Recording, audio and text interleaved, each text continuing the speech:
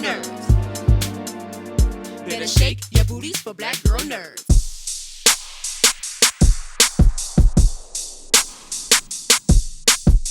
Thank you so much. Thank you, Daniel, for your time.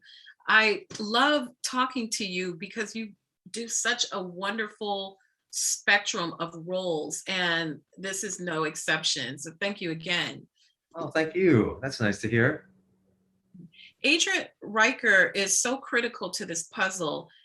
It's so hard to get people to believe anything that's contrary to what other people, the masses, are saying. What do you think was something about Agent Ryker that you admired in your preparation that his colleagues and those around him largely overlooked? His persistence. I think you kind of alluded to it. He's willing to do what others are not, and he's willing to take the chances that maybe some are not, despite how unpopular that opinion might be. And I think that's something that is an important quality and for all of us, if it is factually based, well researched, and according to the science that he believes in, and so that was a lesson for me. Like, I couldn't believe like the length that he went to try and solve this case. There's a section in the story where, when I realized the magnitude of what he was doing, I was like, I don't know that I could ever do that. I don't know that I could have gone through as many envelopes as he did over the course of as many days as he did to find that one that might have that specific characteristic that might lead to breaking the case. And that is exceptional. And that's what it takes. And that's what it took. Everything about this story is exceptional. I mean, it changed my opinion on just fundamentally on mail service and what that entails just to get mail delivered to your house. And you have all of these people going through all of these things trying to find the answer. Do you think that in the midst of all of this, Ryker is going through his own PTSD and guilt and all these other things that are happening in his life, but he's still focused? Do you think this is a glory thing for him to solve the case? Is it sort of redemptive? What do you think the win represents for him? Wow, that's a great question. I think he has something to prove for a number of reasons. I think the fact that the FBI, first of all, is a self-selecting group of very ambitious Type A personalities who want to win at all costs is one thing. But I'd also say that his background as a scientist, a non-traditional way of getting into the FBI, makes him an outsider and gives him something to prove. And it's not often that someone has a case like this in the FBI that's right in their very specific wheelhouse. And so I think he feels, as a result of that he should be able to do this, and he would feel a sense of personal failure if he didn't. I think also, coupled with the fact that he's a person of color in a predominantly white organization, gives him this additional motivation and drive to prove himself, especially when his opinion is unpopular. So it's a combination of all of those things. And I think he has a little bit of the attitude of, if not me, then who, and you mentioned his PTSD. I think that's a part of his makeup as well. I think part of it is, and actually I haven't addressed this in any of my interviews today, so it's a really good question, but a part of it is he just needs the voices to quiet down. He needs to find peace, and I think he thinks he finds it through solving this investigation. Absolutely. Well, I truly admired you in this role, in this story. I'm old enough to remember this very vividly. And even now it has me looking at the mail a little suspect now when the mail comes. So I know, right? Crazy. Yeah, I learned some things myself. for sure. Well, I thank you for your time, sir. This is a wonderful role, and I appreciate you talking to me. Thank you again. Thank you. Take care. Take care.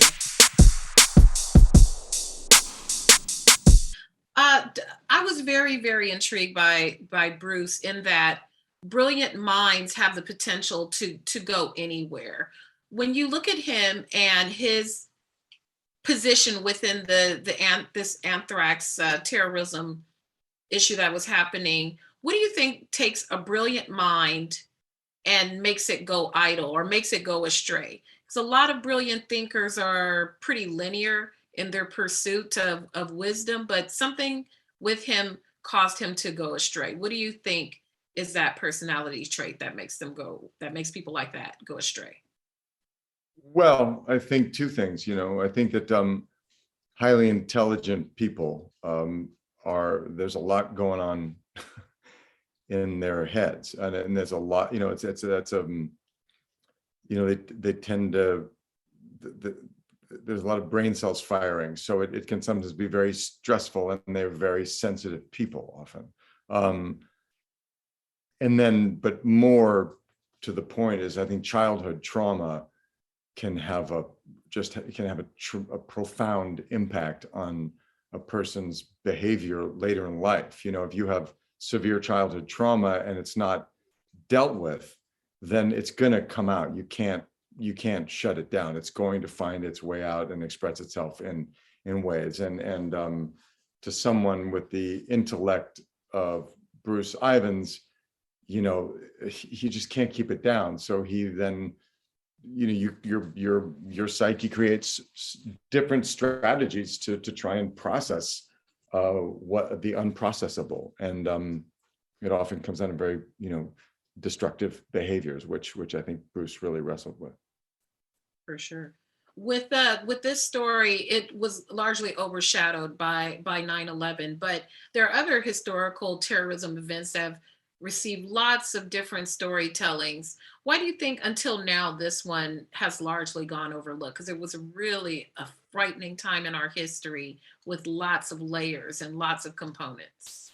Yeah, it's fascinating. I remember it vividly, because it was 3 weeks after 9/11. I live outside of New York City, and we were still very much in the trauma of the World Trade Center attacks. A number of people in my community died, and then Anthrax hit, and it was terrifying. We didn't open our mail for a month. A postal worker about a half hour from where we live died. My wife put Cipro pills in our kids' school backpack, saying, that's the antibiotic you take if you get anthrax poisoning. It was no joke. And but what happened, it is, as the investigation began, it became, as you said, completely overshadowed by the invasion of Afghanistan, and then the invasion of Iraq, and the wars in the Middle East, and it just faded from people's consciousness. And I think people don't even know what a big story this was, and what a complicated, long investigation it was to try and get to the bottom of this terrible crime. And then they honestly never quite did. So it just sort of faded away for a variety of reasons. So this story is, I did not know. Like I said, I remembered the whole thing vividly, but I was absolutely rapt when I read these scripts, because I honestly didn't know about it. And I certainly didn't know about Bruce Ivins, who ends up being at the center of a lot of this, and whose life completely got derailed by this investigation. Do you think that was part of it too? Because there's so many layers to it. Because when we look at acts of terrorism, they're like a singular act, like a building or an explosion or a shooting. But this was so much collusion and different things on so many different levels. Do you think maybe it was too complicated at that time for people to really process? Yes, I do. And there was so many wrong conclusions drawn. I mean, I remember, to be as an example, there's this character who's in the show of Stephen Hatfill, who was another scientist who the FBI decided that he had done it. And they spent 2 or 2.5 years profiling this guy publicly. They searched his house and put it on television before they even, indicted him. I remember the New York Times op-ed section. I think it was Nick Kristof, who's a writer I really admire, but Nicholas Kristof went, after this guy, saying that the FBI should have had him long ago, and there were a number of op-eds about that. People were, all all focused on this one dude who did not do it. And they found out he was completely innocent and his life was destroyed. So then they have egg on their face and there's all this embarrassment. They want to cover that up. Same thing. There was a moment where they thought they could link the anthrax attacks to Saddam Hussein. So that became a whole big campaign, which Bruce Ivins was, very much behind propagating that. Completely false and disproven. And yet it was out there. So there were all of these, and it's like COVID, we hear all of these things. This is what it is. This is video. And people, now with the advent of social media, the disinformation and the conspiracy theories and the wrong-headed assumptions get, are on steroids. So whether it's coming from the government or whether it's coming from QAnon or what, you get lost in the fog of confusion, and finally I think people get exhausted. But and then there's the bottom line is there's no easy answers, and things take time, and we just are always so, as human beings, when we're traumatized or there's a crisis, we want closure, we want answers. It's a very uncomfortable place to live in that kind of uncertainty, particularly when we're scared. For sure. Well, Tony, you are terrific in this, and thank you. This is going to blow some people away who thought they knew, but that really, really don't. Thank you so much for your time. I appreciate it. Yeah, me too. You. Okay, take care. Take care. I thank you so much for your time. This is such a frightening time in history. I can remember a lot of this very vividly. And I often think of, what if it had been someone other than Tom Brokaw who received this, how the trajectory of this has changed. As you dived in deep into Tom and into this portion of his life, what was most striking about his demeanor or the way he maneuvered during what was a very, very scary time that provided little information? Well, I mean, I was not surprised at how level-headed he was, during the whole thing. I mean, Tom Brokaw, if there's anybody who can anchor a news broadcast as well as Walter Cronkite, it was definitely Tom Brokaw. And that's because, he was really level-headed and he very composed. So I was not surprised by that. He took it as much in stride, I think, as you could take it. I mean, it was something brand new, but come on, this was just weeks after 9/11. So, we had all been primed for like really weird, horrible things happening in the United States. And all of a sudden this happened, and it was quite shocking, of course, but something that we had kind of gotten used to in the weeks after 9/11. So it would have probably been a lot more shocking had 9/11 not preceded it. But Tom Brokaw handled it exactly the way I would have thought he would. When you have moments in history, there's lots of retellings of all these different things that happen in history that are tragic to the nation. But this one, I feel like, has gone largely overlooked compared to some of the moments that we've seen stories about. Why do you think this goes largely overlooked, being that it affected our postal service, it affected so many components of American culture, but it's not retold with the same, I guess, vigor until now, like some other stories we've. Right. Well, I mean, it was overshadowed by 9/11. There was, compared to 9/11 and the way the country reacted to that, and we were focused on terrorism coming from outside the country, and the idea that there might be domestic terrorism hadn't really, on this scale, hadn't really crossed our radar. And of course, we all went to, well, this has to be an extension of what happened on 9/11. I think also because it was considered in the long run domestic, and maybe we weren't ready to pay attention to that at that time. I think we wanted to find a boogeyman somewhere on another continent. So that could have had could have been one of the reasons why it was kind of glossed over. Though, I mean, I remember it vividly that, I was even planning a trip to the East Coast that I canceled for a number of reasons, not the least of which was that people were not really doing much flying back then. But I remember that it came up that this was happening on the East Coast, and I forget what I was going for. I think it might have been a press junket of some kind, and I canceled that trip. So it had a definite effect on me at the time. Mhm. Our current normality, quote unquote, has taught us to alter our social habits with mask wearing and mindful of germs and all these types of things and vaccines. And in this case, it was very similar situations.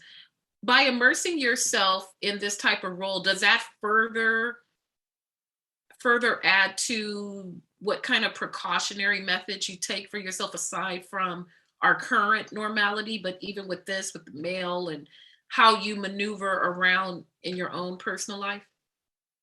Well, not so much the diving into the character of the show, but I mean, certainly when I went to Toronto to film this and had to do 14 days of quarantine and then had to see how filming was being done during the pandemic, that was an eye opener for me, because it was the first project I had done since the beginning of the pandemic, and yeah, so I mean, that was definitely a paradigm shift to see how the things operated on the set, how careful everyone was. And I had a scene with Daniel Day Kim, which is one of the last things I had to do. And I was set to come back, and he was exposed. He had to go into quarantine for 14 days.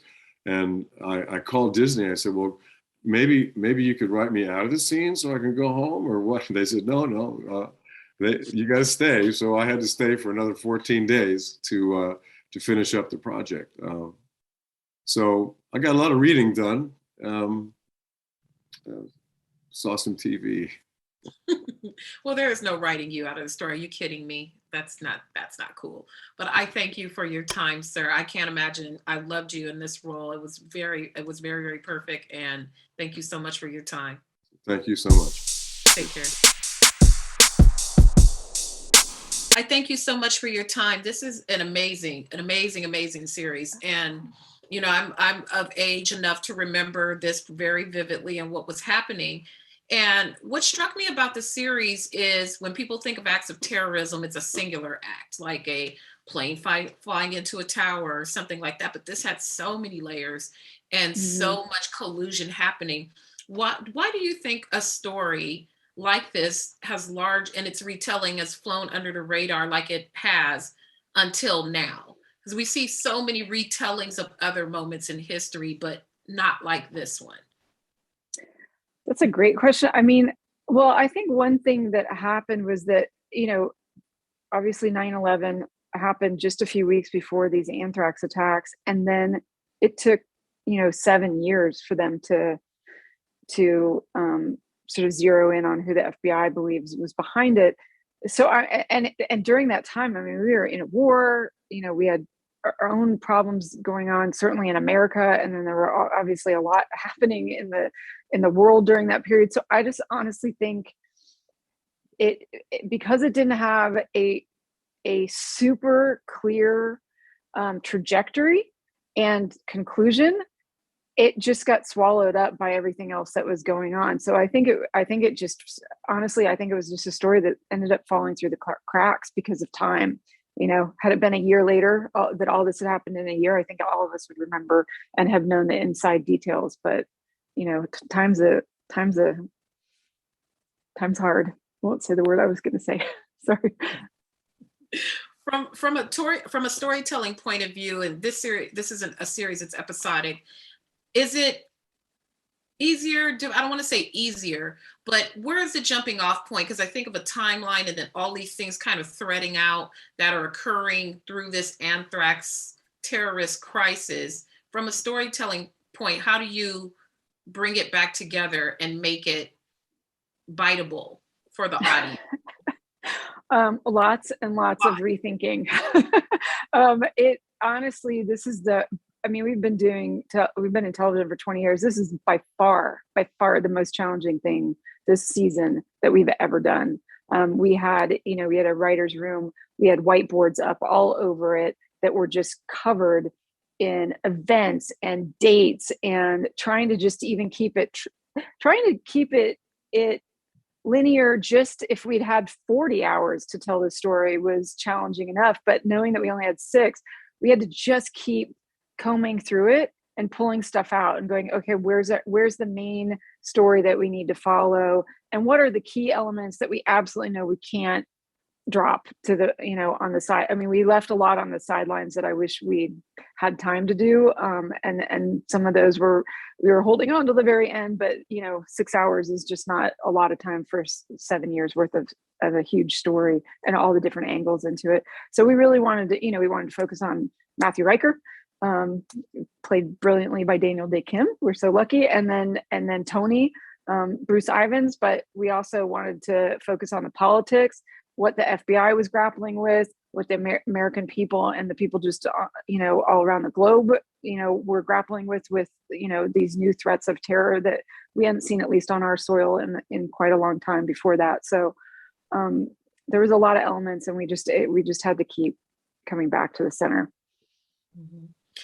With the show now, it's going to set to air later this month, and people will be able to consume it. Some people like to blame art and say, oh, when you create art, it's going to inspire people to do things.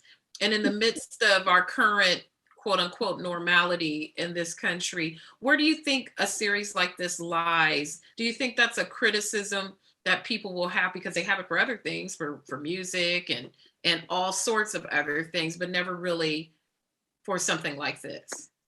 Yeah, I mean, this is a time where, like, I think if I drank out of a cup of tea the wrong way, I'd probably get criticized. Like, somebody would have an issue with it. I think we're in this world that's amazing, in that everybody, gets to voice concerns, which is fantastic. And at the same time, then we all have to deal with the fact that we're, getting inundated with concerns. I think it's you got to, these attacks like this are so stupid. They're so outlandishly unintelligible, that I think what we were trying to do is show really the inner workings. We're not glorifying it anymore. This isn't like a great serial killer. Oh, how exciting. I can't wait to see all the, dastardly things. That's not what this show is about. This show is about, real people trying to solve problems and are really grappling with guilt and with PTSD, with people's quick, rush to judgment. All those are topics that I think are really, there's certainly things that we're dealing with every day in this world. So I think I think when you watch the show, that's where the focus is.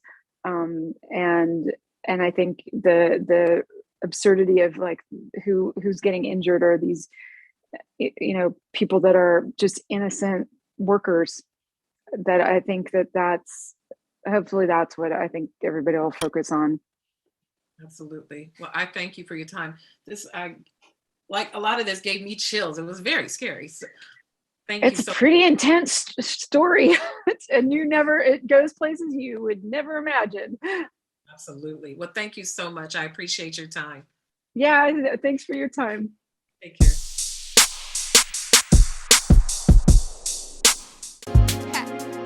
Better shake your booties for black girl nerves. Better shake your booties for black girl nerves.